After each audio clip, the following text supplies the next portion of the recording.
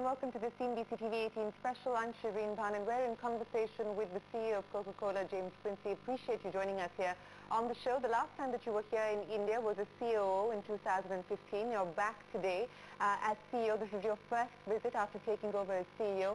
Let me just talk to you about the outlook as far as India is concerned. The environment has been soft. You've had the additional trouble, the uncertainty over the goods and services tax, which you have called out as being a slight disruption. Does it continue to be only a slight disruption, or have things improved on the ground? No, things have improved on the ground. I mean, we've been clear that the things like the GST, the policies like GST, demonetization, some of the regulation improvements are great for the long-term healthy economy. We're very positive on them. Of course, implementation always has some adaptation. That's been done, and the business is bouncing back, and we're very positive on the future. We think it's going to lead to greater growth. So let me pick up on each of those points. When you say the business is bouncing back, what does that mean? Because it's not been a quarter or 2 quarters of soft growth. It's actually been 6 or 7 quarters of soft growth here in India in single digits. So when you say bouncing back, what is it that we should assume? I don't think we're imagining it's going to be a straight line growth in India. I mean, we had very strong growth for a number of years. Yes, we've had a number of quarters. Adapting to the demonetization was a disruption, and people adapting to GST was. But I think getting back to double digits, whether it's 9 or 11, ultimately what's important is that we're investing, building the capabilities, building the infrastructure to see long-term growth. We are ultimately long-term investors and partners in the business in India, and that's what we're really focused on. So, 1 quarter, I mean, every business that we've grown to be successful around the world has had multiple quarters of softness. So that's not the worry. The worry is, are we building the right things for the future in an environment that's positive? We see the environment as positive, and therefore we're focused on investing in the right things. So, you've been betting big on India for a while now. In fact, your 2020 target of investing $5 billion in India, I think you're investing about 11,000 crores over the next 5 years to create what you see as being this agri-ecosystem in India. I'll talk to you about all of that in just a bit, but what would be the key levers for you to be able to grow the momentum from here on if you assume that things are in fact bouncing back? I mean, ultimately what always drives the momentum for our business around the world is, are we doing the things that the consumers are interested in? Are we creating the brands and the products that the consumers want to buy? And are we creating value for the retailers, for their businesses in selling them? If we get those 2 things right, everything else, including the agribusiness, will do better. And I think that's our focus. Are we getting those things right? And therefore making the right investments to back it up. And I think the team is doing a good job in getting that right, and we'll see that investment program continuing past 2020. So $5 billion by 2020. Are we looking at incremental investments over that number? I think we'll invest as fast as we can grow the business. I mean, we're trying to bring forward investment. We're trying to find the opportunities. Sometimes projects can only happen at a certain speed. We're talking with other partners, big and small, about how we can find more projects in more categories to invest in. Of course, as and when those things come to fruition, we'll make the announcements. We're not going to save them all up for another big announcement in 2020, but we will keep looking for the right investment opportunities, and hopefully we'll find more ways of investing more money. So how much of the $5 billion has already been invested? I think we're well on track with the $5 billion, and we'll see that program through to 2020. We don't announce the specific number, but we're very... I'm trying my luck here. Yeah, it's worth a try, I agree. But we absolutely are confident investing through our number in 2020 and continuing to find more investments for India. Speaking of the plan for India, I want to quote to you what your chief here in India says, and he said that we're going to explode our consumer portfolio. When you use words like explode, I'm imagining that what is it that we're actually going to see you do here? Is it going to be a continued expansion as far as your fruit-based products are concerned? Are we going to see you bring in more global brands into India? What's the plan now as far as the offering in India is concerned? Look, I think the first thing that implies is we're going to do a lot more experimentation. We're going to try many more things. We've been trying more things on the juice-based drinks. We are trying things in water. We're trying in water with some extra things added. We've made some small forays in dairy. So we will bring in global ideas that have been successful around the world. We will innovate and create new local ideas. we will experiment. Not all of them will work. I think if we've got no failures, we're probably not trying hard enough. But so you'll see a lot more things happening, and those that work, we'll continue to invest behind. So this is part of your strategy to be more tolerant to risk, and that's what you're trying, that's the culture that you're trying to build at Coke. Absolutely. I think, there's, someone once said, we don't make mistakes, mistakes make us. I mean, if we're not making any mistakes, we're not learning anything.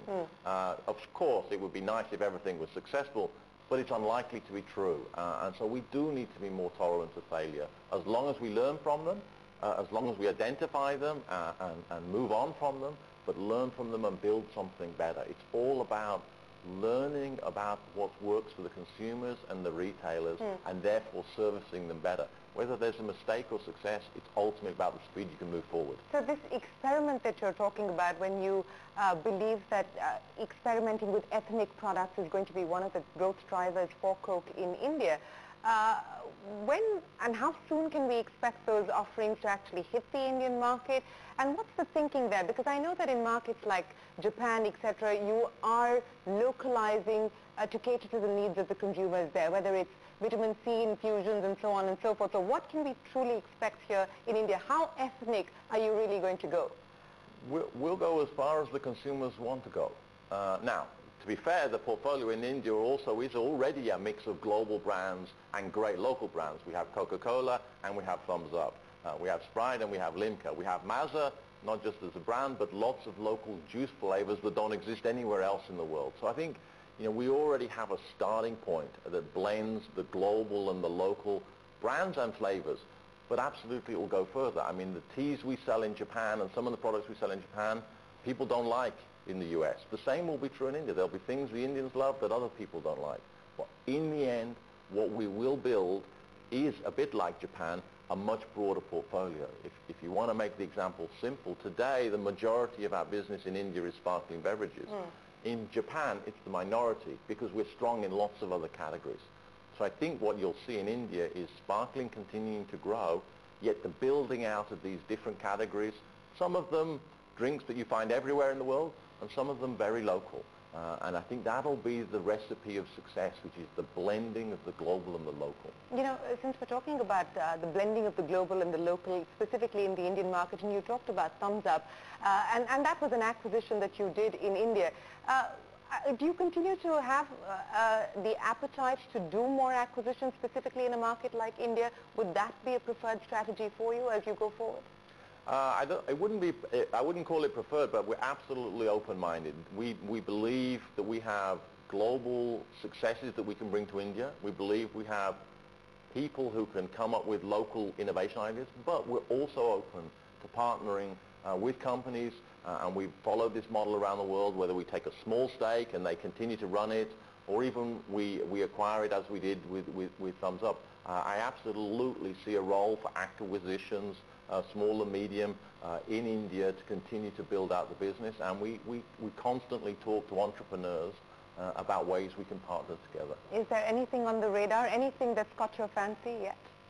There are always lots of things I like to look at in terms of people coming up with great ideas. I'm always very impressed with the degree of entrepreneurialism that's out there, and we talk to people. Of course, it takes two to tango, so to speak. They have to want to do something. But I'm sure that in the coming years you'll see us do more investments in local entrepreneurship. Has anybody reached out to you? Have you reached out to anyone? We're talking to lots of people, of course. I have to give my standard mergers and acquisitions answer, which is I couldn't possibly comment. All the caveats. All the caveats, of course. But, it's interesting, and I come back to Thumbs Up because the possibility of Thumbs Up actually emerging as your first billion-dollar brand in India is significantly higher. Do you feel confident of being able to get to the billion-dollar number in India anytime soon? I don't know when the year will be, but I'm confident it'll get there. I think it's a fabulous brand. It has great resonance with the Indian consumers, and I'm sure it'll get there one day. When that day is, we could debate. I'm sure the local operators would try and add a few years just to be sure, but I think it will get there, and I think it's a great and much-loved brand, and we will continue to support it for the consumers who love it. So let me, wrap up with my last question on India before I talk to you about what's happening in the rest of the world. In terms of the environment at this point in time, we've just talked about the impact of the GST, etc. You told me about what you believe will be the growth drivers for you. But the challenges that you face in India today, and there seems to now also be this sentiment of nationalism, MNCs versus local brands. We've seen what's happened in other consumer categories. That's played out quite significantly. Is that a worry at all? We've seen, sparks of that in markets like Tamil Nadu and Kerala. But is that a concern for you here in India? I think the way we look at it is to view it like this. No business can be successful if the community is not successful. We have not tried to do everything ourselves in any country we operate. We always try to create an ecosystem that involves lots of local companies, big and small, whether it's from the small farmers that we've been supporting for 10 years growing mangoes, to enterprises that sell us inputs. We want to be part of the community and being an investor in it. That's the way we see that we don't get into this kind of black and white debate between these sorts of companies or people are good and these aren't.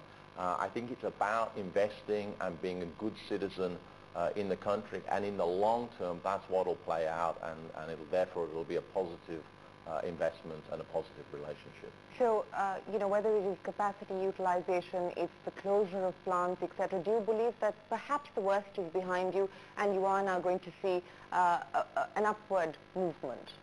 I think the business momentum is returning, and I think that the momentum will move forward, and we will continue to invest, not, as you say, not just in the brands, but in the manufacturing, in the distribution. Of course, we will continue to try and make it the most efficient manufacturing possible, but we'll have to invest in new capabilities as well. As we get into new products, as we expand in juices, if we decide to enter into value-added dairy, we'll invest in new capabilities and new manufacturing and continue to optimize everything we have. Where does the decision stand about value-added dairy, and how soon we can actually see you decide whether you want to foray more into that segment or not? We're doing a number of experiments. We want to learn from those experiments first, so we're not taking any big decisions in the short term. We like to learn about categories. We like to learn what the consumer really is interested in. So we're going to do a whole series of experiments first, and then we'll make a decision, and it'll be very apparent when we get to that point, no doubt. Let me talk to you now about Coke's Way Forward, which is the strategy that you actually put in place. And, as you look at where the world is today and the move away from carbonated beverages to healthier options, and that throws up a strategic challenge for companies like yours. You said that you feel that you've been able to achieve the targets that you would have liked to at this point in time as far as your transformation plan towards creating a total beverages company is concerned. What's next now? I mean, if you've achieved some of those targets, what are you now attempting to do next? I think it's really about continuing the journey. I mean, we've made a good amount of progress as a company in expanding the portfolio. We've made the statement that, whilst we've moved from maybe 90 years of history where Coke was the only brand we sold, to a few decades where it was mainly sparkling, to now a decade where it's sparkling and other categories. So this is about the journey of really building out the rest of the categories going forward. So that's what you're going to see. Sparkling continue to grow its revenue globally, yet the other categories growing faster. With Coke remaining the heart and soul as a brand, yet the company becoming much bigger and being about a full portfolio of categories. Mm-hmm. The big challenge, of course, is the reduction as far as sugar is concerned. And I know that you've committed to cutting sugar across 500 brands in 2017. There's government regulation around the world that forces you to do that as well. Much more needed in terms of innovation, R&D, for you to be able to just make the sparkling side a lot more healthier. Yeah, look, we're committed to being part of the solution in helping bring down the overconsumption where it is. We've signed up to the World Health Organization mandate and targets and objective, and we're doing that in a way through three very concrete things about our products, apart from the way we market and provide information, which is smaller packages in some places, including innovative small packages we've launched in India. reformulation of products, and innovation in products with less sugar. So it's about, as we build out the portfolio, re-engineering part of it within that process to allow us to help manage the overconsumption of sugar where countries have issues and be part of the solution. And I think it's possible, and we're seeing that actually we'll be able to grow the business in the long term, yet see the total amount of sugar go down. Mm-hmm.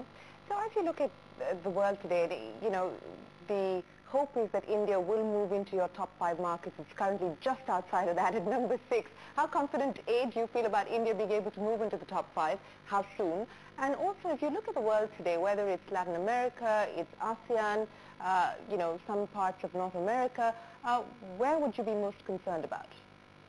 Yeah, look, I'm very positive on the business in India. As you say, it's number 6 at the moment. I think shortly they'll make the breakthrough to be number 5. But I think that is itself just a step to being in the top 3. I mean, India is a huge continent on its own.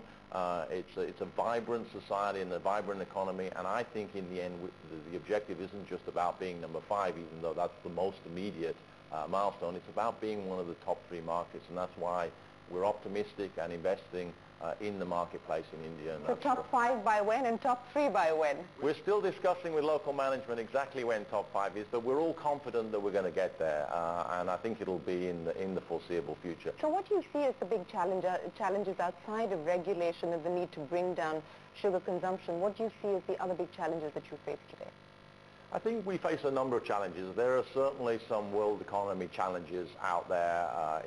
Clearly the environment makes a difference to us, and there are parts of the world where there are complications and where we've been struggling because frankly the macroeconomics have been very complicated. But in the end, we spend most of our time thinking about the things that we can worry about because we can control what the outcomes are and the things that we can dedicate our time to. So in the end, what I worry about is, okay, if we want to make all this innovation happen, if we want to expand all these categories, what's going to get it done? And in the end, that comes down to people remaining curious about what the consumer wants and how retailers create value, and being entrepreneurial enough to go out and make it happen. There's no way that everything can be done around the world by decisions from the head office. So I need to find local managers and local teams who remain curious about what's going on and what's possible and entrepreneurial enough to seize the moment and go and get it. Those are the things that I chase. So this is part of your new operating model which ensures that the local leadership is empowered to take the decisions that need to be taken as far as growth for that particular market is concerned. So leaner, agile, but also more empowered. Absolutely. We've taken the difficult decision to reduce some of the resources at the head office and push them down into the field because it is about maintaining entrepreneurship. The great danger of being a big company is you end up too bureaucratic.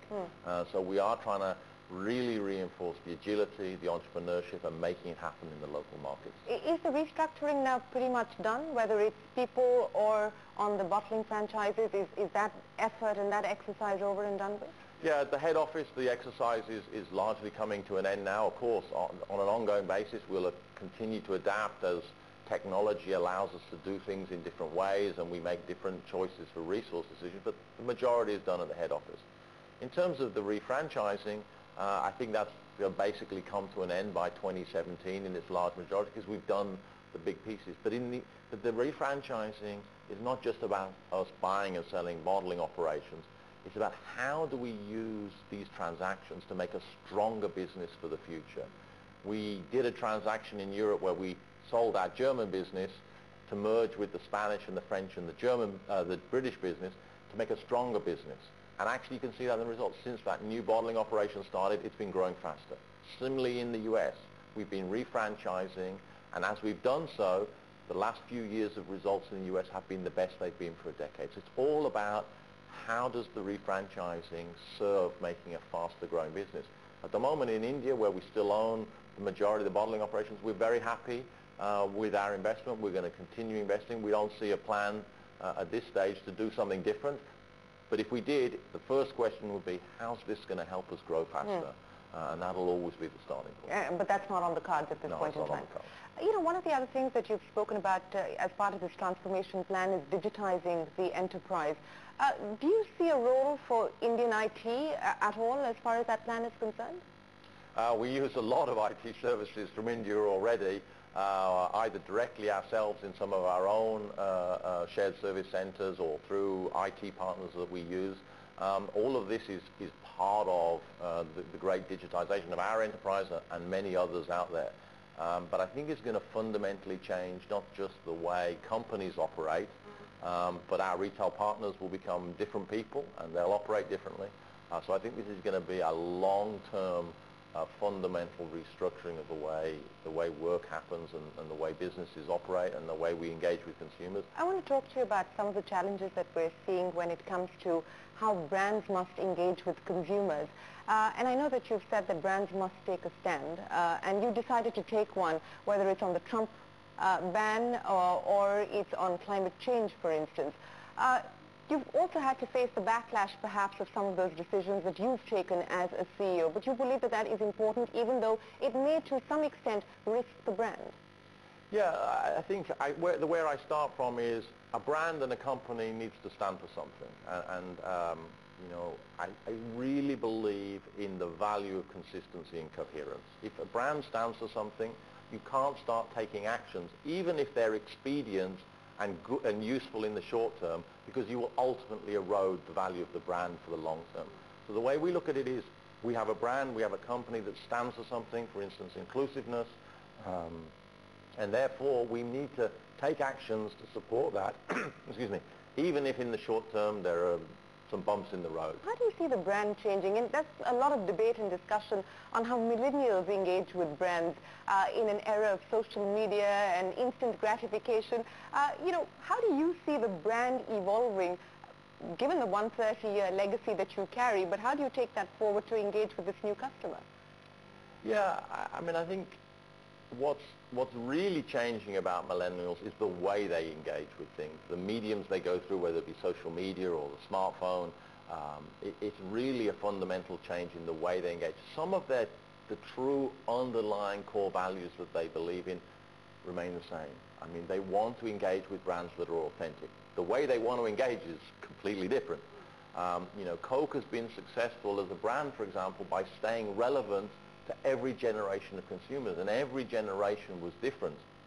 The first few generations of consumers only ever saw print advertising. The next generation saw radio. The next generation saw TV. This generation is going to be through social media, but they all want to connect with something that's authentic and relevant to them, and that's the absolute critical job for our people, is to stay curious enough about what are those people interested in, how are they engaging, so that we can stay relevant to them. So to stay relevant as well as create the kind of curiosity that you hope you will be able to create, how much money are you going to be spending on advertising and marketing, especially to send out the message of what you've been able to do in terms of bringing down sugar, etc.? Well, we spend billions of dollars a year around the world on marketing, and we'll continue to do that, and when the budgets have been increasing each year consistently. I think the key is finding those vehicles of media that engage in a way in which consumers want to engage. So as a CEO today, what frustrates you about the world that we live in, and what gives you hope? I think if one wanted to see the glass half empty, you could go around and find lots of things to be frustrated about. But I think that actually in the end the role of the CEO is to really shine the light on the opportunities and the things that are reasons to believe it could be a better world and it can be a better business. Tempted to move out of beverages and look at something else? I use an anecdote which I'm not even sure is completely true, but I use it, which is, you know the Bond movie, Never Say Never Again? They say that the reason that was the title of the movie was the previous movie, Sean Connery said, "I'm never making another Bond movie." And then he did. So you're leaving the window open? So I leave the window open a little bit, even though the most likely thing is that we'll be in beverages, and they will continue to be the most interesting opportunities for some while to come. But, like the Bond movie, never say never. So how much appetite do you really have? You said the window is a little bit open. How much appetite do you really have? Because your competitor has gone all the way. I'm an engineer at heart, so I like to see the data. I like to see the idea and the concept of why this is going to work. And the reality is, it's much easier to make the case for the next set of beverage categories than it is for something completely different.